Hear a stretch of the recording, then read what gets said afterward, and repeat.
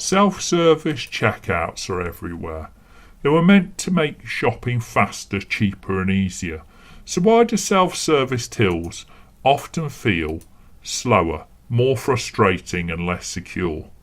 Over the past decade, supermarkets and retailers across the UK have rapidly adopted self-service checkouts.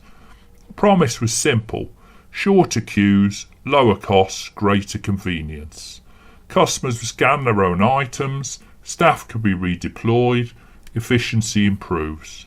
But the everyday experience tells a much more complicated story. For many shoppers, self-service tills have changed the nature of the shopping experience.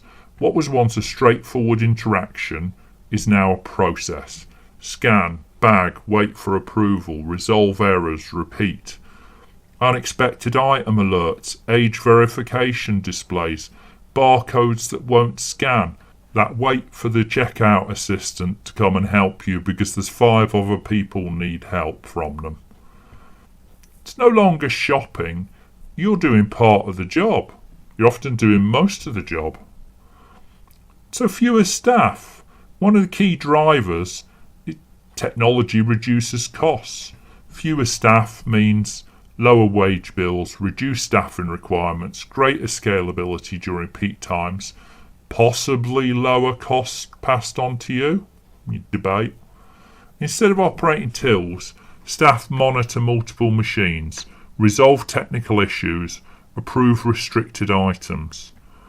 The result is single employee overseeing 10 or 15 customers at a time, and when problems arise, as they normally do, bottlenecks form. Self-service was meant to reduce queues. It's just created new queues. Yeah, there's more checkouts, but it's not a faster throughput.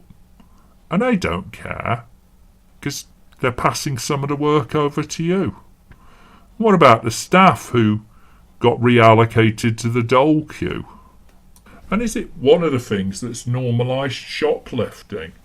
Years ago, when Waitrose introduced the self-scan system, I knew someone who had an elderly relative who would deliberately scan 2 bottles of whiskey and take 3. Because, well, they could just claim they were old, and they normally got away with it. Well, we've passed that system on to the whole community, and I'm sad to tell you, we're in a low-trust society where you can't trust people not to try and take advantage. And yes, they're introducing cameras to deal with accidental non-scanning, deliberate underreporting, or organised exploitation of system weaknesses. It doesn't mean everyone's engaged in theft, far from it, but the system lowers the barrier. It removes that opportunity for particularly older people to speak to someone at the till as well. There's no human interaction in this system, just lower staff costs, higher transaction volume, reduced reliance on labour. Costs don't disappear, they just shift. And now we have locked cabinets in the drink aisles, slabs of meat in sealed boxes that have to be released, and a poorer experience. To be fair, self-service tills do offer some benefits, but they were optional. If I'm buying a packet of eggs and I'm in and out, self-service is great. I don't have to queue. I shouldn't have a problem.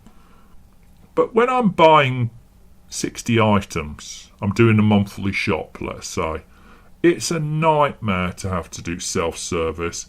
And you know you're going to be talking to that assistant at least 5 times. And it's lucky dip how long it'll be after they walk away before you come up with the next scanning problem. Self-service tills haven't made everything more efficient. They've made it differently inefficient. Self-service tills were designed to make shopping easier, but in trying to remove friction, they've just moved the friction elsewhere. And it's often more painful, and it's not optional. So has convenience been improved or simply redefined?